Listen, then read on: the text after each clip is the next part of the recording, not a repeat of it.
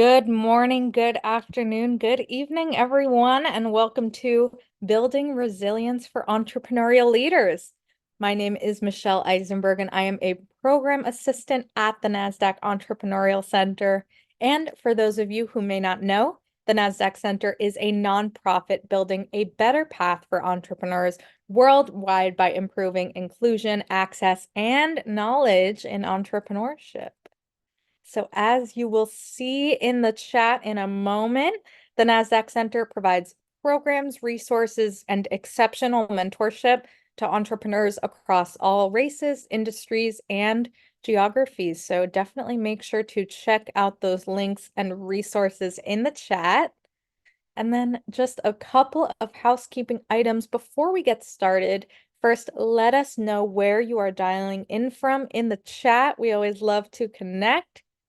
And second, we are going to open up for live Q&A at the end of the event. So please make sure to submit your questions for us in that Q&A function at the bottom of your screen throughout the presentation, and we will try our best to get to as many as possible.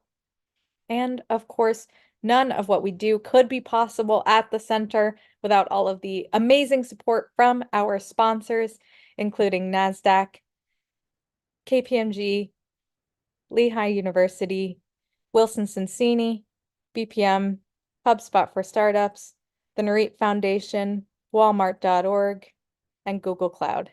We are humbled by their contributions and hope you are grateful too. And so before we get started, I am going to launch a few polls to step back and see how everyone in the room is doing today. This first one is going to ask, how are you feeling? How are you feeling about your business? Fearful, anxious, surviving, or optimistic?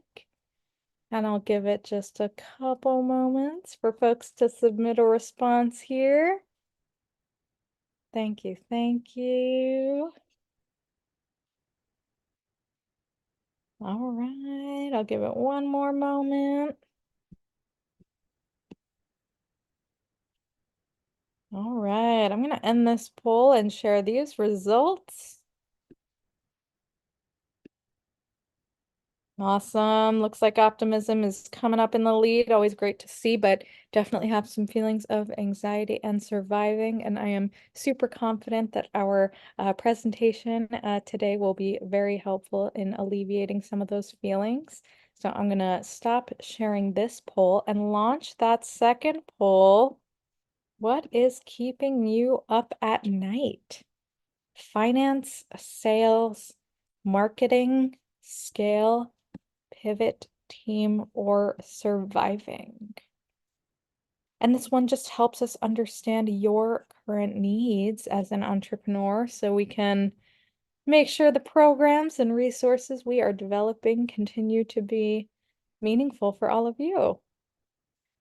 Awesome. We got folks from Tucson, Arizona. Very fitting. Welcome, welcome. Austin, Texas, DC metro area. Welcome, welcome. So great to have you all here. All right, I'm going to end this poll and share these results. San Jose, welcome, welcome.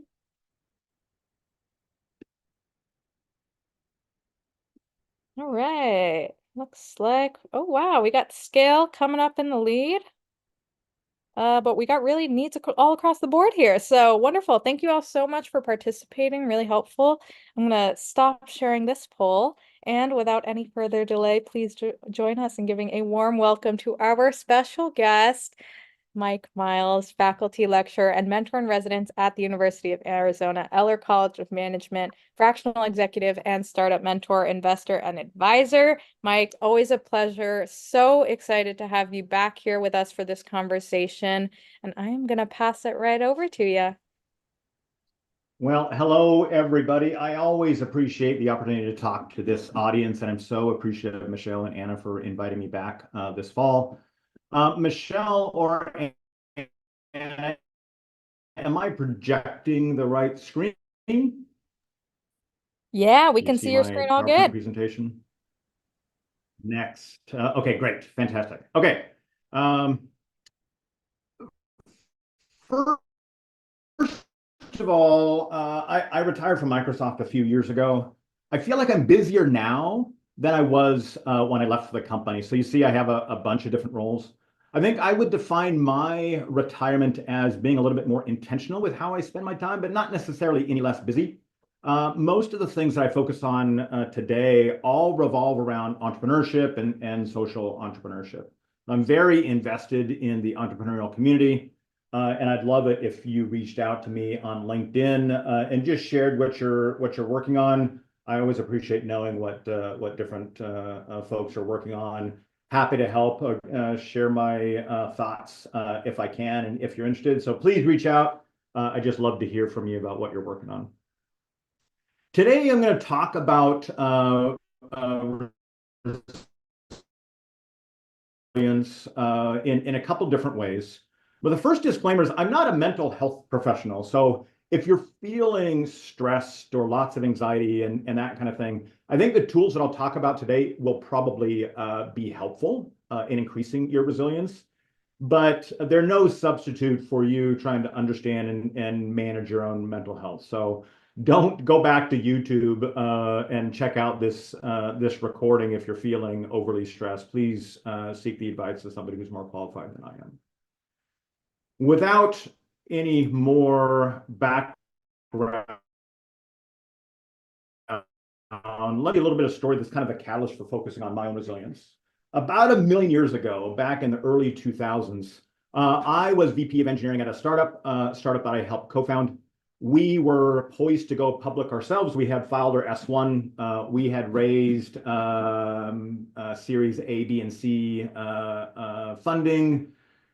We had big customers in our portfolio. So any Global 2000 company whose brand you recognize, so that'd be Ford, Pfizer, Shell, etc., were likely customers of ours. But because I was so laser focused on helping the company go public, I really compromised a bunch of things. I compromised my health. I was hospitalized a couple times with pneumonia and a couple other complications. My oldest son was born, and I didn't spend as much time as I should have with him. A lot of my friends worked for me. I wasn't the best boss to those friends / employees. And certainly the relationship with my wife was not the healthiest at that time either. But I felt like, okay, once we go public, I'll get a chance to take a deep breath and then reinvest in all the things that I just mentioned and hopefully repair relationships and so forth. Well, it turns out that 9/11 happened before we were able to go public. And if you remember what happened to the equity markets at the time, many companies were not able to go public even though they were prepared to do so. We weren't able to raise any more money, and so we were in a position where we ended up shutting the company down. And all of that, when we made the decision to shut the company down, I just felt crushed. I felt like all the compromises I made, my health and relationships and so forth, were for nothing. And I really, really just felt crushed and destroyed. And I really would consider myself fragile at the time. And I'm going to define what fragile means in the context of resilience on this slide. So I think about resilience on this scale, where on the left-hand side, I would consider left-hand side being fragile. Those are folks that typically avoid disorder and stress because that disorder and stress tends to complicate and increase the fragility that you might be feeling. And so there's a tendency to avoid disorder and stress and avoid risk and invest in risk management and so forth. In the middle is resilience. So if something bad happens, you're able to kind of withstand those challenges and pick yourself up and move forward. And then on the far right-hand side is a dimension that we'll call anti-fragile. Some of you have read a book that I'll refer to about anti-fragile, and I'll include that resource at the end of my talk.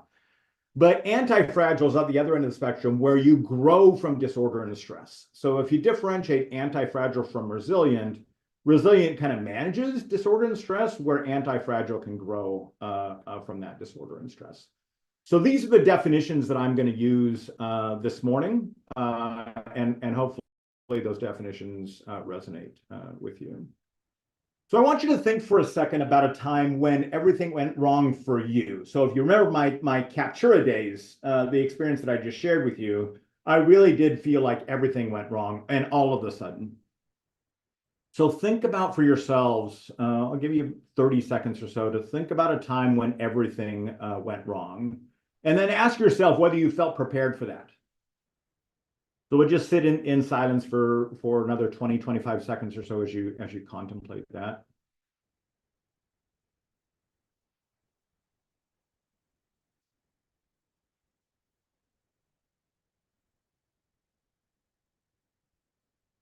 So if you're on, we're not going to share, so I'm not looking for anybody to report out, but if you thought that maybe you could have been better prepared in the situation that you reflected on where everything went wrong, that's what I want to spend the next few minutes talking about. So I mentioned this idea of risk and risk management, and I want to differentiate that from becoming resilient. There's a tendency when you're feeling fragile, like I was, to put in place processes and systems and kind of de-risk what you're working on, so that you avoid any challenges, you avoid things that are going to cause you stress and exercise your resilience. So I would think, and I'd like to propose to you that avoiding risk and becoming resilient are really two different things. That's not to say that risk management is not a bad thing. Each of our companies should look for ways to reduce risk, particularly around the business itself. But personally, I don't think risk management is a great strategy for becoming resilient for a few reasons. One, challenges are inevitable. You're not going to be able to anticipate every challenge that comes up. So even though you're investing in kind of avoiding risk, you're not going to anticipate every risk that's going to come your way. The second thing is resilience builds long-term capability. And capabilities, in my mind, are better than processes. Processes are things that you're going to have to invest in, you're going to have to measure, you're going to have to write maybe an SOP to define. There's a lot of investment that goes into risk management as a process, where resilience is more of a capability. It's a tool in your toolbox that once you're resilient, you can pull out in a variety of circumstances. The third thing is avoiding risk is risky. Like you can feel like, gosh, I had the best risk management approach in the world. And that's going to give you a little bit of a false sense of security, because things are inevitably going to come up. That was the point that I made at the beginning, is challenges are inevitable. And if you think you have a really good process around managing risks, I think that's going to give you a little bit of a false sense of security. And then lastly, just in terms of managing your own energy and focus, developing capabilities are more efficient than developing processes. And that's kind of an echo of the second point that I made. If you have a capability, you can pull that capability out as a tool out of your toolbox and use that in a variety of situations where processes themselves take a lot of investment and may not fit every circumstance. So the takeaway from this slide is avoiding risk is not a substitute for becoming more resilient. Well, I want to propose next that, if you're looking for ways to become more resilient, there's a few steps that I would think about. The first is just assessing your own resilience. So here's 5 quick questions. We're not going to report out, so I'd encourage you to be honest with yourself about these questions. There's no grade. Nobody's going to ask you about these things. But just in terms of the scale that I mentioned a few slides ago between fragile and anti-fragile, where do you see yourself in these questions? We're not going to walk through each of these questions at length today. If you want to review these questions, Michelle and Anna will post this video on YouTube in a couple days. You can review these questions then, or you can take a picture today. But just assess yourself pretty regularly on these 5 questions and confirm for yourself where you are in this dimension, the scale between fragile and anti-fragile. my mind, that would be step number one. Step number two, I think, is looking for ways to improve resilience. In my mind, there's 5 different ways, 5 different areas that I would encourage you to think about when you're improving resilience. And all of these are complementary. Sometimes I call these things the 5 dimensions of wellness, but these are things that add some redundancy and some additional capability to your journey toward resilience. What I mean by these things is actually pretty straightforward. So physical, are you active? Do you feel like you're strong for your age and fitness level and so forth? Are you getting enough sleep? Are you eating well? All of that is kind of physical. Without that physical wellness, lots of things can impact you, and that impact can be magnified. So think about a time when you haven't gotten enough sleep. Do you overreact to things? Do you think things are worse than they really are? Does somebody say something that sets you off when it shouldn't have? All of those things get compounded if you're not eating well and if you're not getting enough sleep and if you're not physically fit. Spiritual, by that I mean I'm not a religious person. I don't practice any particular religion. So for me, spiritual is giving myself a chance to reflect. So meditation is a good example of that. Taking a walk alone in the forest might be a good example of that. But are you taking an opportunity to, by yourself, take a step back and reflect on the things that are going on in your life and be grateful for the things that are going well? And think deeply about ways to mitigate things that are not. That's the spiritual dimension that I'm talking about. Social is, do you actively reach out to friends, colleagues, people in your network and curate relationships that you can use as sounding boards and to give yourself an opportunity to just learn from others? That's the social dimension that I'm talking about.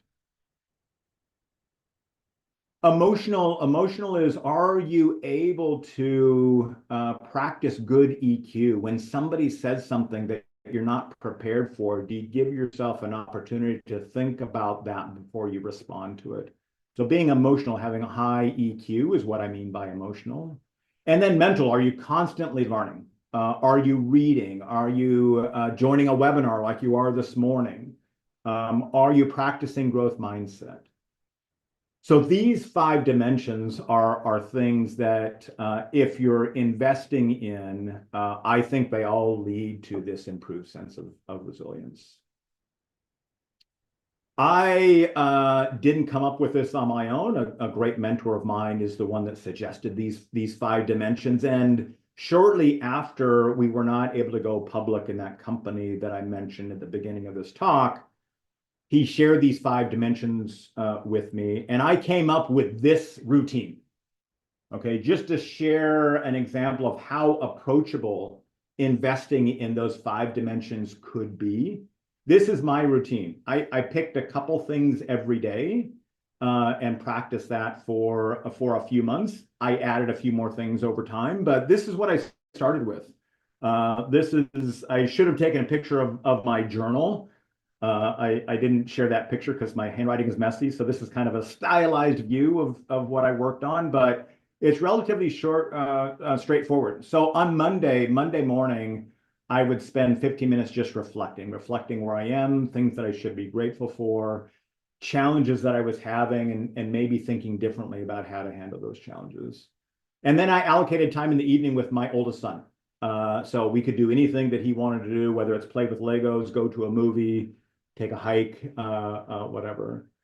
On Tuesday, I worked out and I spent the evening kind of on a mini date night with my wife. On Wednesday, I spent time learning and I made it a point to call friends or people in my network and so on. So everybody has time to do this.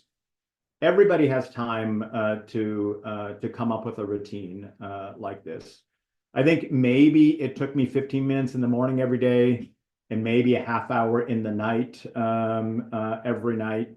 And it was just something that I felt was important enough for me to take the time to invest in.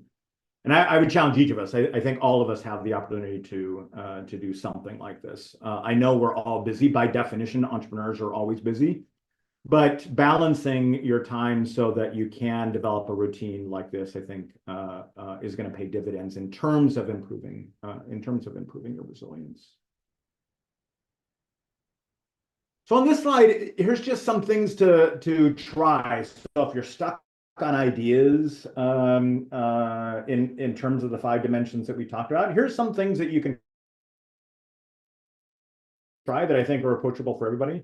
The first one is just start a daily physical routine, whether it's doing yoga for 5 minutes or stretching or maybe going on a walk or if lifting weights is your thing, that could be fine as well. The second thing is prioritizing sleep. I know that many of us, I used to be included in this, like to brag about how little sleep I could get by with, thinking that I was a Superman getting by with 4 or 5 hours of sleep a night. What I didn't realize was the impact on my health and the impact on how I was showing up to others. I thought I was doing fine, but I was a little more cranky. I was probably a little less thoughtful. I wasn't as creative.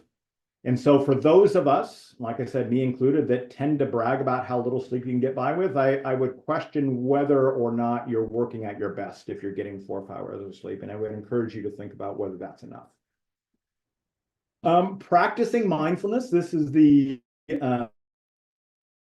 meditation thing that I had mentioned before. Can you spend 5 minutes every morning or maybe at lunchtime just closing your eyes and trying not to let your thoughts intrude on that opportunity for you to practice some peace and serenity? There's a number, if you use Spotify, there's a number of kind of guided meditation opportunities on Spotify. If you don't know anything about meditation, I'm certainly no expert. That's what I do. I just plug in my headphones, turn on Spotify, and whatever comes up, comes up.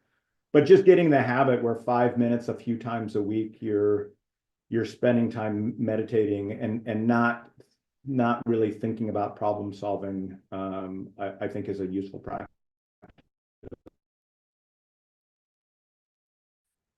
The fourth thing is setting a significant goal that builds your confidence. It doesn't have to be a goal that's out of reach. It doesn't have to be something that you think is unattainable or is going to be a huge stretch. But maybe your goal is, in a month's time, I'm going to run a 5K. Or, you know what, I'm going to walk, I'm going to just walk for a half hour every Saturday for the month of October. Whatever those goals are, I think those goals, especially if they're manageable and achievable, definitely build your confidence. Yep, I can set a goal, I can follow through. It might have been a little bit difficult, but I did it. Building that confidence, I think, is a way to improve your resilience in a significant way. And then the last thing I would suggest is engaging in a social activity. Often these social activities are drinking with friends after work, which I think is totally fine. But there might be an opportunity for you to combine that social activity with the other 4 ideas that I was mentioning. So if you're going to go on a walk on every Saturday morning, why not invite a friend? If you're going to commit to doing a 5K, why not join a 5K with your team at work? Those kinds of things. So engaging in a social activity, it might be an opportunity to practice one of these other ideas along with your friends as well. Certainly, like I said, certainly socializing after work over drinks. I do a couple, 3 times a month, but there might be an opportunity for you to double dip and get more bang for your buck by engaging in a social activity while you're practicing one of the other 4 things that I'm suggesting. Okay, so I spent maybe a couple of years after Captura folded after 9/11, kind of investing in my own resilience. And it was a slow process. I didn't feel necessarily like I was any more resilient than I was when we closed the doors of that company. But after a couple of years, I spent 18 months having the things on this slide happen to me. Or in some cases, I chose them. But I moved countries with my family. So we picked up and moved from Seattle to London. still working for Microsoft, but relocating and finding schools for my kids and making sure my family was okay with the move and settle into our new space and whatever certainly is stressful. I moved for Microsoft because we built a whole new organization. We built an organization that eventually grew to about 500 people. I was employee number 2 in that organization. So a lot of that time was building this new organization and looking for places for us to have an office and all of those things that come along with essentially creating a startup in the context of Microsoft. Some of those things you're familiar with as entrepreneurs. I had multiple reviews with Bill Gates. So for those that are aware of kind of this cultural phenomenon of a Bill G review, that Bill G reviews are stressful and so forth. In my case, they certainly were. A lot of kind of unbridled feedback comes from those reviews. If you haven't had a chance to, if you don't know what I'm talking about with Bill G review, just go ahead and look it up and see what a Bill G review is all about. Certainly, it's a stressful situation. The team or the organization that I was building, we also acquired another company, and so that comes with its own stress. We ended up acquiring that company and then laying off a part of that team, which had its own set of stress. And then on top of all that, that was the year that I lost my mom. I was living overseas, and my mom became sick and eventually passed away. And so all of this stuff happened in about an 18-month time frame. And if I had to guess beforehand how I would have handled it, I think I would have handled it about the same way that I handled the closure of Captura, that startup that I mentioned at the beginning of my talk, and I would have felt just crushed. And instead, while these were challenging situations during those 18 months, I felt like I was able to bounce back fairly soon after this event happened and be productive and get on with work. And I didn't have this kind of crushing feeling that I would have thought I had. And I attribute a lot of that to improving my resilience in ways that I spoke about a couple slides ago. So that's kind of my own little success story about resilience. But I want to take that a step further with you, and that is, if you remember our scale, we had fragile on the right and fragile on the left and anti-fragile on the right. I want to talk about anti-fragile because while resilience is good, anti-fragile, I think using those challenges and stress as a way to increase your capabilities, increase your business momentum, I think can become a superpower of each of ours. And so I want to explain that concept a little bit in the few minutes that we have left. So anti-fragile, I want you to reflect again, and I'll give this 30 seconds as well. So think about a time when you felt like you successfully faced a challenging situation. Maybe you had a 12 or 18-month period like I described where all of these challenging things happened. Maybe it was kind of the singular event where it just really could have rocked your world, but you successfully dealt with that. Did you take that as an opportunity to further increase your resilience? Intentionally, did you use that as an opportunity to further increase your resilience? So think about that now for about another 15 seconds or so, and then we'll move on.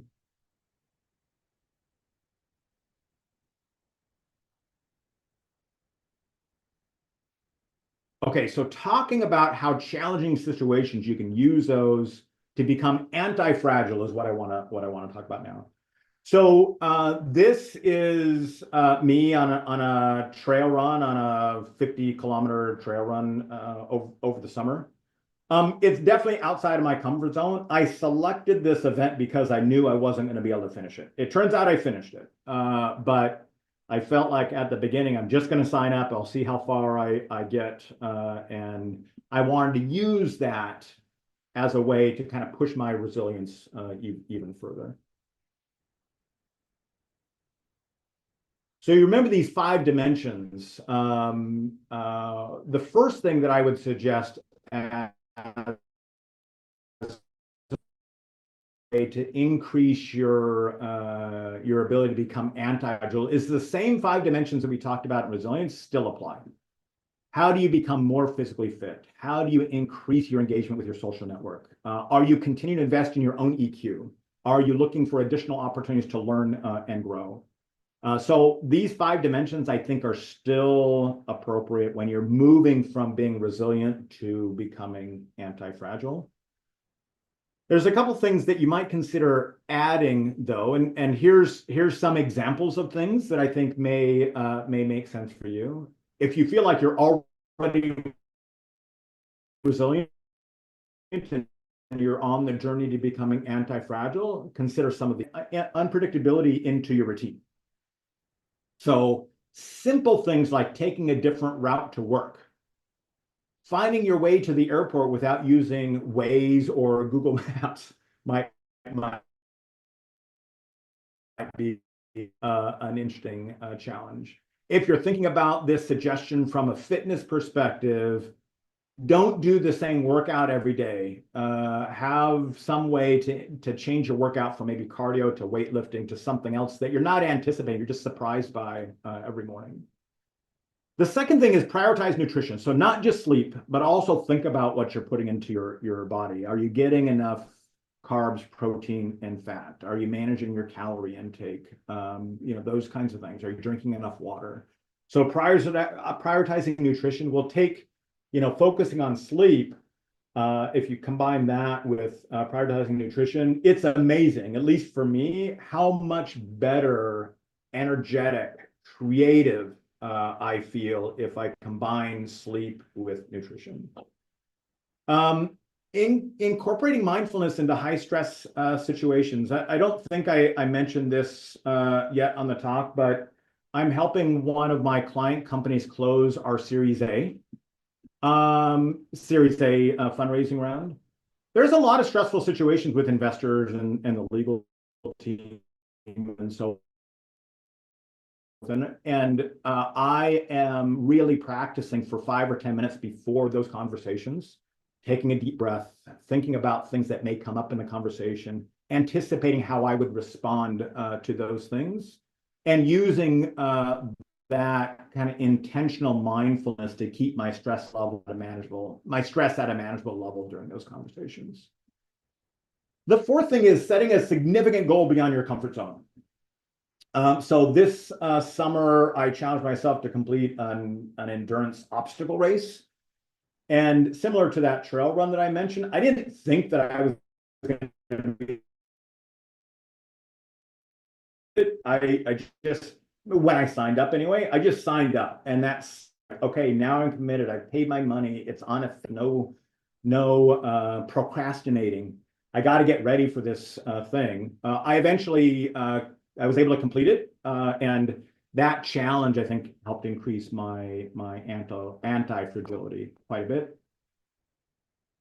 And then lastly, we talked about making social connections when we were talking about resilience. I would take that a step further and really think about who's in your network, who's a good advisor and a mentor, maybe a personal board of directors for your life, and invest in those authentic and durable connections.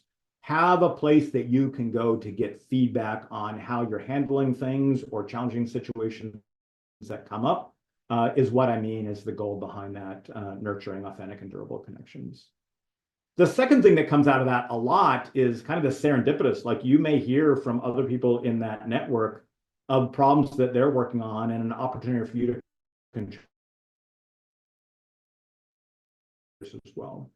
And so investing in kind of an intentional group of folks that's kind of a subset of your larger network, I think is a fantastic idea as well. When you're working on becoming anti-fragile, so not just resilient, but anti-fragile, I think there's 4 mental shifts that you should keep in mind. The first is, as opposed to avoiding challenges, I think it's seek challenges. So how are you growing outside of your comfort zone? Are you opening up a new line of business? Are you trying to expand to a new market? These are challenges that you should say, look, that sounds super hard. I'm going to do it. So seeking challenges, I think, the first mental shift. The second is embracing discomfort. So I mentioned that I'm helping close this fundraising round. I'm not a lawyer, and so sitting with lawyers and helping negotiate and have conversations on behalf of companies that I'm supporting is not a comfortable thing for me. It's kind of a little bit out of my comfort zone. I really love those conversations, though. I learn a lot. I feel like I get pushed a lot. It really is, I'm treating it now as a growth opportunity as opposed to something that I want to avoid. And that's helped a lot. Using setbacks as data. So what are you learning when you fail? This is kind of a growth mindset idea, but you should be, I would encourage you to push yourself to the point where your success is not always guaranteed. And when you don't reach success on any given endeavor, what are you doing to learn from that so you can get better next time? And that's what I mean by using setbacks as data, kind of this whole growth mindset thing. And then the last thing is thriving in uncertainty. All of us as entrepreneurs, the future is uncertain. We're not 100% sure that we've reached product market fit. We're not sure that customers are going to love our product or that we can deliver and support it or that we can make money from it. But that kind of uncertainty is the thing that I think draws a lot of us into being entrepreneurs. And so being able to thrive in that uncertainty, I think is key to you being a successful entrepreneur. So I've been practicing a lot over the last 5 or 6 months and not just becoming resilient, but moving toward becoming even anti-fragile. And I mentioned at the beginning, I felt like everything went wrong when Captura closed. And now I really feel like lots of things are going right. And I think lots of things are going right because my life is more balanced across a lot of dimensions. I went back and got my MBA after I left Microsoft. I'm kind of a little bit old to get an MBA, but I went back and got my MBA a couple of years ago. I did an endurance event with my kids, and that was just super fun. We completed that a couple months ago. I enjoy spending time with my wife. I travel a lot with my dad. I'm on a few boards where I get a chance to engage and learn from others and contribute some of my expertise. So I feel like now, because I've been practicing anti-fragility and resilience practices, I really, even though I probably have same number of challenges I did before, I feel like I'm a lot more balanced and well-rounded, and that gives me this feeling that everything is going right, even though there are lots of things that go wrong every day, of course. So I'm going to close out and then turn it over to Q&A. The first thing, remind you of who I am. Okay, so this is how I would define myself from a functional perspective. Here's the thing, think about ourselves, not just in the roles that you have, but the things that you're investing in to make sure that you're resilient. And so these are the things that I invest in to make sure that I'm resilient. So endurance challenges, being family-centered, being a connector, being engaged in multiple networks and connecting people and being connected myself. Meditating, and then investing in my own lifelong learning journey. So when people ask me what I do, I try to, it doesn't always work out, but I try to answer that question in the context of these 5 things, not the roles that I have. Because I think these 5 things are how I think about how I'm spending my time and becoming more resilient and anti-fragile. These are the values that I try to live my life by, regardless of the role that I might have at any given time. So if you can think about your role in kind of this dimension of values, I think that will reinforce your own investment in your resilience. I mentioned a few resources. So the first 3 are all fantastic books. I know we don't always have time to read everything in our reading list. There's a service that I use called Get Abstract that gives you abstracts, 3 to 5 page abstracts of business books. So if you don't have time to read the full book, get this app called Get Abstract. I think it's $100 a year or something like that. And everybody can read a 5-page summary a couple times a week. And all three of these books are in Get Abstract. I happen to read Anti-Fragile and Grit because the abstract that I read was so impactful that I thought I should read the whole book. So I've read those two. But these are three books that I think I would highly recommend. A lot of good takeaways, a lot of good lessons about increasing your resilience and your anti-fragility. So highly recommend. And then the last thing I want to talk about, there's this event that I've done a couple times called 29029. The idea is you climb 30,000 feet in 30 hours or 36 hours. But they also have a program that's free for you to demo that really is this reinforcing function, a bunch of like-minded people getting together and practicing a lot of these resilience techniques, whether it's breathing or yoga or exercise. And so if you're looking for some peers to invest in your resilience, I think Ascent is a fantastic opportunity for you to practice becoming more resilient within a group of kind of similar career stage and like-minded folks. And so if you're interested in that demo, just check out this website, Ascent 29029. If you have questions, I'm happy to answer them. LinkedIn, I can answer questions there as well. But that's enough. I believe with 15 minutes left, we're open to Q&A.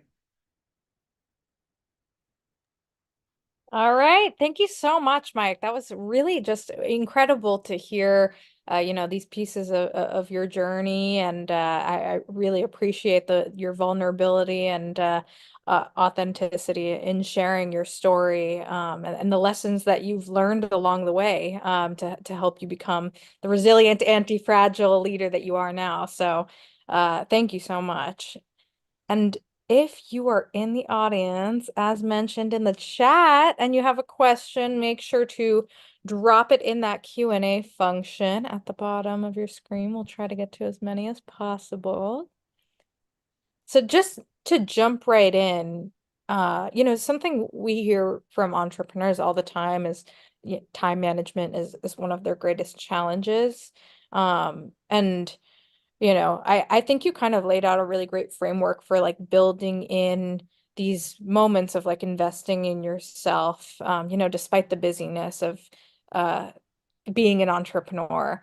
But, just to dive a little bit deeper, what advice do you have for those who might, really struggle to prioritize that time for themselves when business activities like fundraising or sales might feel more urgent or worth your time more than investing in yourself in those ways that you described? Yeah, it's a great question. So I do think fundamentally that people make time for the things that are important to them. And by extension, if it's not important to you, you're not going to make time for it. And so if becoming more resilient is important, you're going to make time. If you're struggling whether or not it's important enough to make time, maybe you have an important customer call or fundraising or employee issues or whatever, I get it. Everybody is busy and there's lots of competing demands for your time. I would start small and maybe there's 2 days a week or 3 days a week where your time between 7 and 7:30 is your own. There's no meetings, you're not taking calls, you're not looking at your inbox or even social media. You're just using that time. For me, the way it worked out is I thought, okay, I'm in this mode where I protected my time in the morning. I'm getting so much value out of that. I'm going to increase that. But sometimes you need to kind of bootstrap your way into it. I get it. So I'd pick 2 or 3 days a week where you can protect I said 7 to 7:30. Maybe for some of it's a 5 to 5:30 in the morning. I don't know. But I would just protect your time and just get into this habit of investing in yourself. Right. Yeah, I love that kind of just like making it a non-negotiable part of your workflow, of your lifestyle. And I love that it is so important to recognize that once you do start to invest in that time for yourself, like you will start to see differences in results, and it may look different for everyone, but it's investing that time for yourself that will really help you recognize and see those changes. So thank you. I think that's wonderful advice. Um, let's see what else we have here. Um, Awesome, awesome. So, I think especially, there's so much going on in the world today, and depending on the industry that you're in, there's some volatile market activity. And so I think something that's on a lot of founders' minds right now is, just with uncertainty about the future, how to kind of, maintain confidence and hope and do these kinds of activities, kind of contribute to, a sense of greater preparation for the future despite uncertainties. Yeah, yeah. It's related to something that I chose not to include today, but I'll mention it now, and that is I think there's this mindset that's important to consider what's at stake. So when you're stressed about something, you're anxious about something or things are uncertain, taking a moment to reflect and just try to understand what's at stake. What's the worst that's going to happen if things don't go well? Very, very, very often, it's not as bad as we think it might be. Yeah. And so I think that's one level, is just make sure that you realize, because it's not always everything. I feel like when we closed Captura, it was almost everything, or it felt like it was almost everything. But if I had invested more in family and whatever, then sure, we weren't able to go public, and I wasn't going to buy, a Learjet or whatever I was going to do with proceeds from going public. But I would have still had friends and family and kids and skills and so forth. And so I think making sure you really understand what's at stake, and oftentimes it's not as much as you think it is, I think is a great mindset for people to have, because I think from that it allows you to take more risks. Yeah. Right. If I understand what's at stake, maybe I'm going to go try this new line of business that I was a little bit fearful of before, or I'm going to go after this new customer that I'm going to compete with my competitor to land, and I might not have done that before. Those things I think allow you to take more business risks in times that are uncertain. The other thing I think is, regardless of the economic environment or the political environment or whatever, every startup, every entrepreneurial journey is filled with uncertainty. And I think just taking stock of how much you need to get done every day and every week, and take time to kind of celebrate the progress that you're making. My analogy is climbing a hill. You can always look toward the top and see how much further you have to go, but it's better, I think, often to look behind you and see how far you've come.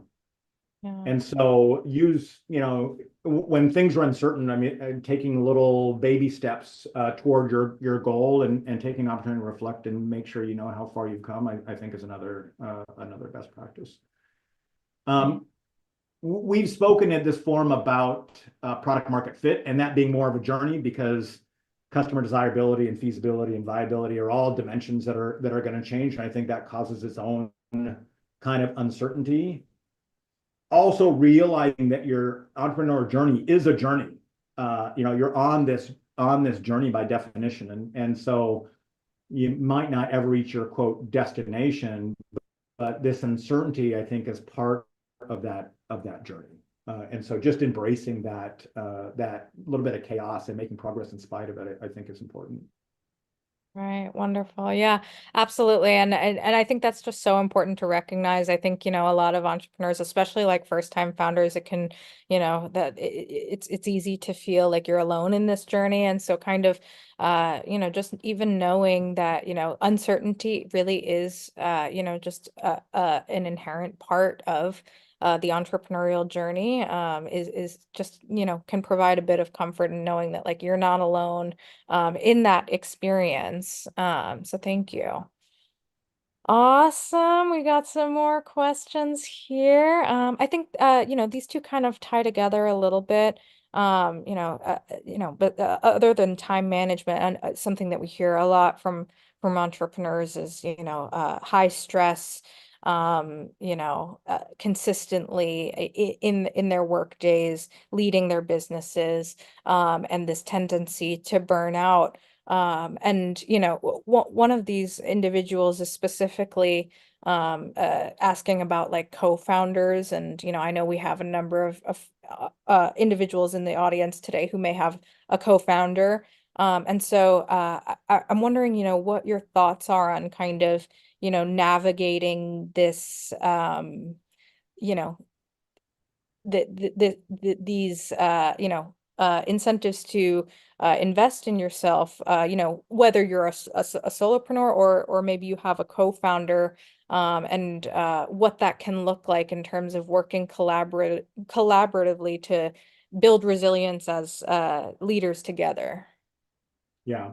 So a few things come to mind, and in no particular order. One of my client companies, I think, is lucky enough to have board members who at board meetings regularly ask what the founders are doing to make sure that they're not burning out and are investing in themselves and their own resilience. Yeah. And I remember one time when that question come up and one of the founders didn't have a great answer. The answer was something, I'm too busy or something like that. I don't remember the answer exactly, but it was almost dismissive. And so the board member said, great, by next Friday, I want you to schedule a call with me and we can talk about how important it is to invest in yourself so that you don't burn out and so forth. So that lesson, that takeaway is, to the extent that you can find, whether it's an official board or maybe advisors or whatever, that are kind of holding you accountable to making sure you're investing in yourself, I think can be so helpful, because it's not just you saying it, it's also that person that's saying it and kind of reinforcing the importance of it. So you don't have to kind of fight this fight by yourself, because you have somebody in your corner who's fighting it alongside you.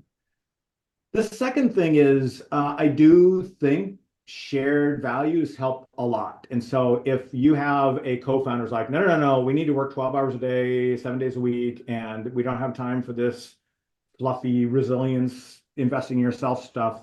I think, taking an opportunity to have a heart-to-heart with that person and seeing how close you can come to aligning, I think could be helpful, as opposed to ignoring it and hoping that challenge goes away. You may not be fully aligned, but I think if you can share values and say, look, my value is working hard versus my value is investing in myself so that I can work hard, I think having that conversation could be helpful. At least you're in the open about where your values might differ. And then the third thing is, and I think this is where Ascent could come in, because their goal is to get lots of people who are thinking about investing in themselves. So creating a community around you. That community could be your work. It could be your employees. And so if you take your employees on this journey, whether it's Ascent or something else, I think having everybody share those same values and it becoming part of the company culture, I think could be very, very helpful. Anyway, so I think with regards to the founder, I think just having that conversation to understand how close your values are. And my argument would be that investing in myself allows me to work harder and more creatively and productively and thoughtfully. It's not just putting in the hours. It's putting in the hours in a productive way that I think is the most important thing. Yeah, that's really interesting because yeah, I think it can be so easy to, focus on, the differences of like, oh, we have different approaches, but we're trying to achieve this same goal. So recognizing that and finding that common ground. And then, I love that, you mentioned that this idea of accountability partners. We talk about that all the time, especially with our milestone makers and milestone circles folks. And it's just so key to have that person there who can keep you honest, and really hold you accountable to those goals that you've set for yourself and those priorities that you have already identified as being critical to your continued growth and success. So totally recommend doing that as well, and agree there. So thank you. I think we have time for maybe one more question. And I think this is interesting. I think we actually, had a conversation a little while back, specifically on like this idea of like reflection. And I'm wondering, this person is asking, do you think spending time outdoors, walking in nature helps give you perspective on your life and priorities? And I'm wondering, what your thoughts are on the role of reflection in these activities that you might do to invest in yourself, and how that may contribute to all of this this idea of resilience and continued growth. Yeah, it's a great question. I would say I wish I could give the person that asked the question like a hearty handshake or a high five or whatever, because 150% agree that being outside in nature, lots of studies have proven that being out of the office, ideally in sunshine, but even if not in sunshine, just being outdoors really kind of helps clear your mind and creates this environment where reflection is more productive. If you're like me and you sit behind your desk and try to reflect, what I find myself reflecting on is, gosh, I have four things to do before I shut down my computer by this afternoon. Or, gosh, there's one problem I just can't figure out a solution to. And so the reflection becomes more task prioritization or problem resolution, instead of really reflecting on the five dimensions that I mentioned. Whether you have five or eight or whatever, doesn't matter. But what you really want to do, I think, is reflect on your growth, and how you're investing in yourself and so forth, and not just focus on problems. So I think being outdoors really creates that environment where you're not just prone to like leaning into your computer and working on the next email. Wonderful. Mike, always such a pleasure. Thank you for providing such an incredible overview and actionable strategies that founders can begin to implement right away. So on behalf of the NASDAQ Entrepreneurial Center and everyone here today, we are just so grateful that you joined us. Great talking to everybody. Good to see you. Wonderful. And to our audience, we would love for you to join us again for upcoming webinars, which you can view using those links that are going to be posted in the chat. And thank you all so much for joining us today. We look forward to welcoming you back online with us soon.